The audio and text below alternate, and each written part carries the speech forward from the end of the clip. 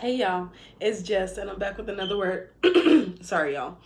The Lord wanted me to drop this word because a lot of people are in the wrong seasons, okay, in their heads. So God has them in a season of pruning and they think that they are in a marriage season and they are not.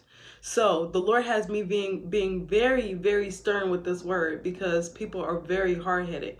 Now, how to obviously tell that you're in your marriage season? First off, you're not even thinking about having sex when you come into union with this person. I feel like this is common sense, but it's not really common sense for some people that are living in the flesh. I had someone comment and say, if you were married before, can you have intimacy if you no. This is a legal battle. You go to the courtrooms of heaven. So anything that happens in heaven manifests to the physical. So if you think that you can have sex, and even if you were married to them before, legally, you will ruin everything. You cannot do that at all. You will self-sabotage your promise. So, no, you cannot have sex even if you were married to them before until you guys are legally bound, okay? So, I don't know who that's for. Now, mind you, the Lord had me bring this scripture up for somebody because they needed something strictly out the Bible. This is Philemon 1, okay, because it's only one chapter, but anyways, and I'm going to start at 21. And it says, having confidence in your obedience, I write to you knowing that you will do even more than I say. But meanwhile, also prepare a guest room for me. For I trust that through your prayers, I shall be granted to you. See, some of y'all, the Lord is going to give you exactly what you want.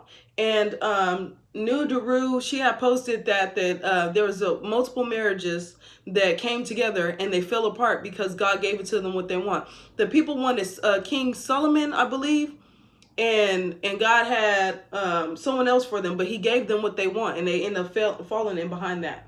God will give you what you want and let you self-sabotage because you are not being patient. Imagine your kids sitting next to you and saying, mom, mom, mom, mom, can I have this? Can I have this? Eventually, yes, you're just going to give it to them.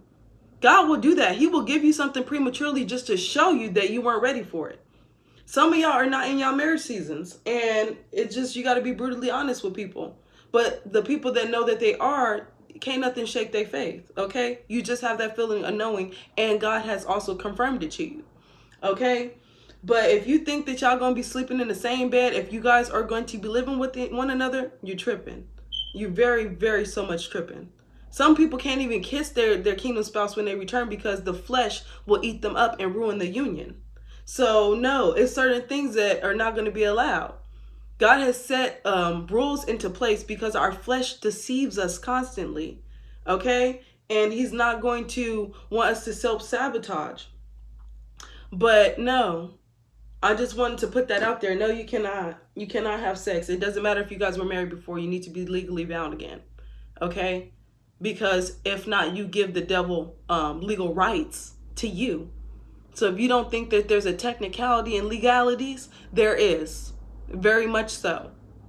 So I'm gonna need y'all to get it together and know what season you in, because some of y'all are in pruning still. Some of y'all haven't even did the things that God has asked you to do, like starting a business. If he told you to start a business, start that business.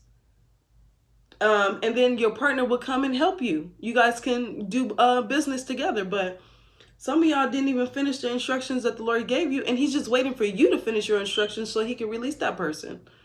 Start that business so he can release them. It's not that hard. Sometimes it is, but he'll send you a destiny helper to help you too. So God is not going to just tell you to do something and not give you the proper tools to do so, okay? And if he hasn't gave you the tools yet, then it's not yet time. You have to know God is a good God. He's not just going to leave you hanging out here in these streets.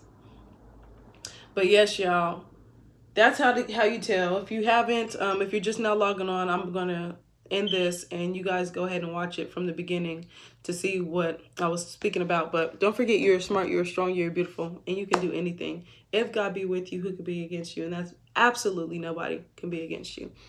Until next time, my kings and queens.